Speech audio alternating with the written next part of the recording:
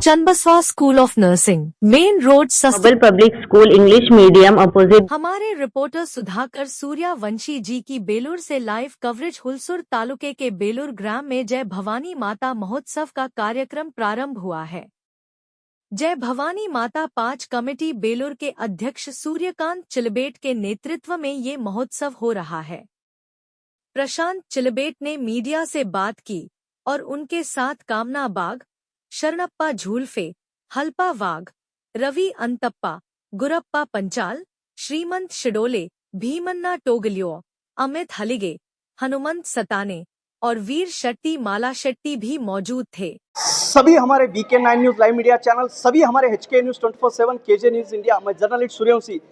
जैसा कि आज हम बीदर जिले के हुलसूर तालुके के बेलूर ग्राम में आ चुके हैं। यहाँ पर जय भवानी संस्थान के जो अध्यक्ष है यशस्वी जो सूर्यकांत चिलाबटे जी यहाँ पर बहुत ही बड़े पैमाने पे जो जय भवानी की बहुत ही बड़े पैमाने पे यात्रा कर रहे हैं। उन्होंने समस्त कर्नाटक, महाराष्ट्र, तेलंगाना, विशेष करके बीदर, बसो कल्याण, हुलसूर की आवाम को, महाजनता को इन्वाइट किया। अभी हमारे VK9 news, HK news, KJ news India live से आ रहे हैं।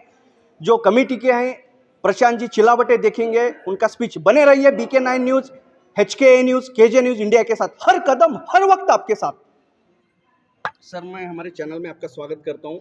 और क्या मैसेज देना चाहेंगे सर? कौन से तरीके से आप यात्रा कर रहे हैं, कैसे? ಎಲ್ಲ ಕನ್ನಡ हाँ सर, ಯಾವ ರೀತಿ ಮಾಡ್ತಾ ಇದ್ದೀವಿ? ಪ್ರತಿ ವರ್ಷದಂತೆ ಈ ವರ್ಷವೂ ನಮ್ಮ ಗ್ರಾಮ ದೇವತೆಯಾದಂಥ ಜಗನ್ಮಾತೆ ಜೈ ಭವಾನಿ ಮಾತೆ ಜಾತ್ರಾ ಮಹೋತ್ಸವವನ್ನು ಅದ್ಧೂರಿಯಾಗಿ ಆಚರಣೆ ಮಾಡಬೇಕು ಅಂತ ನಮ್ಮ ಜೈ ಭವಾನಿ ಉತ್ಸವ ಸಮಿತಿ ಎಲ್ಲ ಪದಾಧಿಕಾರಿಗಳು ಕಮಿಟಿಯಿಂದ ನಿರ್ಣಯಗೊಂಡು 2ನೇ ತಾರೀಕು ಅಕ್ಟೋಬರ್ 2, 2024ರಿಂದ 17 ಅಕ್ಟೋಬರ್ 2024ವರೆಗೆ ಜಾತ್ರೆಯನ್ನು ಹಮ್ಮಿಕೊಳ್ಳಲಾಗಿದೆ, ಅಮಾವಾಸ್ಯೆಯಿಂದ ಹುಣ್ಣಿಮೆವರೆಗೂ। ಈ 15 ದಿವಸಗಳಲ್ಲಿ ನಾವು ಪ್ರತಿನಿತ್ಯವೂ ದೇವಿಯ ಅಭಿಷೇಕವನ್ನು ಕೈಗೊಳ್ತೀವಿ। ಬೆಳಗ್ಗೆ 5 ಗಂಟೆಗೆ ನಮ್ಮ ಅಭಿಷೇಕ ಪ್ರಾರಂಭವಾಗುತ್ತೆ। ಪ್ರತಿನಿತ್ಯ ಸಾಯಂಕಾಲ 7 ಗಂಟೆಗೆ ಸೂರ್ಯಕಾಂತ್ ಶಾಸ್ತ್ರಿಗಳ ನೇತೃತ್ವದಲ್ಲಿ ಜಗನ್ಮಾತೆ ಭವಾನಿ ಮಾತೆಯ ಪುರಾಣವನ್ನು ಇಟ್ಕೊಂಡಿದ್ದೇವೆ। ಅದರ ಜೊತೆಗೆ ವಿಶೆಟ್ಟಿ ಮಲ್ಶೆಟ್ಟಿ ಅವರು ಕೂಡ ನಡೆಸ್ಕೊಡ್ತಾರೆ। ತದನಂತರ ಎಲ್ಲ ಶಾಲಾ ಮಕ್ಕಳಿಗೆ ಒಂದು ವೇದಿಕೆಯನ್ನು ಒದಗಿಸ್ಕೊಡ್ತಾ ಇದ್ದೀವಿ, ಅವರ ಪ್ರತಿಭೆಗಳನ್ನು ಆಚೆ ಬರಲಿ ಅಂತ। ಮಕ್ಕಳಿಗೆ ಇದೇ ಸಣ್ಣ ವಯಸ್ಸಿನಲ್ಲಿ ಅವರ ವೇದಿಕೆಯ ಒಂದು ಭಯ ಅನ್ನೋ ಹೊರತೋಗಲಿ, ಆ ಪ್ರತಿಭೆ ಆಚೆ ಬರಲಿ ಅಂತ ಒಂದು ವೇದಿಕೆ ಇರುತ್ತೆ। ತದನಂತರ ದಿನ ಪ್ರಸಾದ ವ್ಯವಸ್ಥೆ ಮಾಡಿರ್ತೀವಿ। ಇಡೀ ಊರನ್ನು ನಾವು ದೀಪಾಲಂಕಾರದಿಂದ ಮದುಮಗಳಂತೆ ಕೊಂಗೊಳಿಸ್ತಾ ಇದೆ। ಪ್ರತಿ ವರ್ಷದ ಈ ವರ್ಷ ಅಲಂಕಾರ ಮಾಡಿಸಿದ್ದೀವಿ ಊರಿಗೆ। 11ನೇ ತಾರೀಕು ದಸರಾ ಹಬ್ಬದ ಒಂದು ದಿವಸ ಮೊದಲು ದೇವಸ್ಥಾನದಲ್ಲಿ ದೀಪೋತ್ಸವ ಕಾರ್ಯಕ್ರಮವನ್ನು ಹಮ್ಮಿಕೊಂಡಿದ್ದೀವಿ। ಪ್ರತಿನಿತ್ಯ ಪುರಾಣ ಶುರುವಾಗೋಕ್ಕಿಂತ ಮುಂಚೆ ದೀಪೋತ್ಸವ ಇರುತ್ತೆ ಅವತ್ತಿನ ದಿವಸ। ತದನಂತರ 12ನೇ ತಾರೀಕು ದಸರಾವನ್ನು ಇಡೀ ಊರು ತುಂಬ ಸಡಗರ ಸಂಭ್ರಮದಿಂದ ಆಚರಣೆ ಮಾಡ್ತೀವಿ। 13ನೇ ತಾರೀಕಿನಿಂದ ನಾವು ವಿವಿಧ ರಾಜ್ಯಾದ್ಯಂತ ವಿವಿಧ ಕಲಾ ತಂಡಗಳಿಂದ ಮತ್ತು ಕಲಾವಿದರನ್ನು ನಾವು ಕರೆಸ್ಕೊಳ್ತಾ ಇದ್ದೀವಿ। ಇಲ್ಲಿ ಸಾಮಾಜಿಕ ಮತ್ತು ಜಾನಪದ ಸೊಗಡಿನ ಕಲಾವಿದರನ್ನ ಬಂದು ನಮ್ಮಲ್ಲಿ ಅವ್ರಿಗೊಂದು ವೇದಿಕೆಯನ್ನು ಕಲ್ಪಿಸ್ಕೊಡ್ತಾ ಇದ್ದೀವಿ। 13ನೇ ತಾರೀಕಿಗೆ ನಮ್ಮ ಒಂದು ಸಾಮಾಜಿಕ ನಾಟಕವನ್ನು ಇಟ್ಕೊಂಡಿದ್ದೀವಿ, ತಾಯಿಯ ಕರಳು ಅಂತ। ಅದ್ರ ಜೊತೆಗೆ ಒಬ್ಬರು ಮ್ಯಾಜಿಷಿಯನ್ ಕೂಡ ಇರ್ತಾರೆ, ಮಕ್ಕಳಿಗೆಲ್ಲ ಮನೋರಂಜನೆ ಕೈಗೊಳ್ಳೋದಕ್ಕೋಸ್ಕರ। 14ನೇ ತಾರೀಕಿಗೆ ನಮ್ಮ ಹೆಸರಾಂತ ಹಾಸ್ಯ ನಟರಾದಂಥ ತುಂಬ ಟಿವಿಗಳು ನೋಡಿರ್ತೀವಿ ನೀವು, ಮಜಾ ಭಾರತ ಮತ್ತು ಕಾಮಿಡಿ ಕಿಲಾಡಿಗಳಲ್ಲೆಲ್ಲ GK ಟಿವಿಯಲ್ಲಿ ಬರ್ತಕ್ಕಂಥ ಸಂಜು ಬಸಯ್ಯ ಮತ್ತು ಅವರ ಶ್ರೀಮತಿಗಾದಂಥ ಪಲ್ಲವಿ ಸಂಜು ಬಸಯ್ಯನವರು ಹೋದ ವರ್ಷವೂ ಬಂದು ನಮ್ಮ ಹತ್ರ ಇಲ್ಲಿ ಅವ್ರ ಕಾರ್ಯಕ್ರಮ ಕೊಟ್ಟಿದ್ದರು। ಆದರೂ ಗ್ರಾಮಸ್ಥರ ಒತ್ತಾಯದ ಮೇರೆಗೆ ಮತ್ತೆ ಪುನಃ ಅವ್ರನ್ನ ಮತ್ತೆ ನಾವು ಕರ್ಸ್ಕೊಳ್ತದೆ ಈ ವರ್ಷವೂ ಕೂಡ ನಮ್ಮ ಇಲ್ಲಿನ ಜನರ ಮನೋರಂಜನೆಗೊಳಿಸೋದಕ್ಕೆ। ಅದೇ ರೀತಿ 15ನೇ ತಾರೀಕು ಕೂಡ ನಾವು ಬೀದರ್ನ ಹೆಸರಾಂತ ನೃತ್ಯಾಲಯದಂಥ ನಾಟ್ಯಶ್ರೀ ನೃತ್ಯಾಲಯ ರಾಣಿ ಸುಧಾಮೂರ್ತಿ ನೇತೃತ್ವದಲ್ಲಿ ಏನು ಅವರು ಕಾರ್ಯಕ್ರಮ ಕೊಡ್ತಾರೆ, ಅವರಿಂದ ನಾವು ಹಲವಾರು ಜಾನಪದ ಸಂಗೀತಗಳ ಮೇಲೆ ಮತ್ತು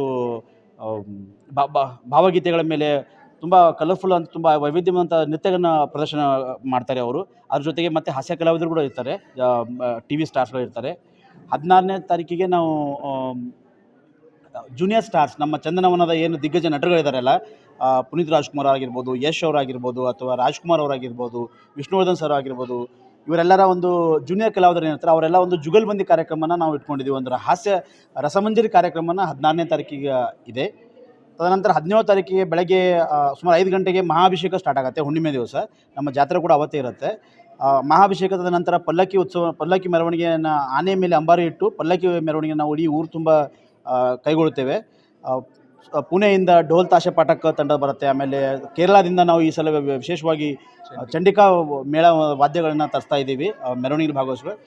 ಅದರ ಜೊತೆಗೆ ನಂದಿಧ್ವಜ ಕುಣಿತ ಮತ್ತು ಪೂಜೆ ಕುಣಿತ, ಆಮೇಲೆ ಚನ್ನಪಟ್ಟಣದಿಂದ ಒಂದು ತಮಟೆ ತಂಡ ಬರ್ತಾ ಇದೆ ಈ ಸಲ ಸ್ಪೆಷಲ್ ಆಗಿ.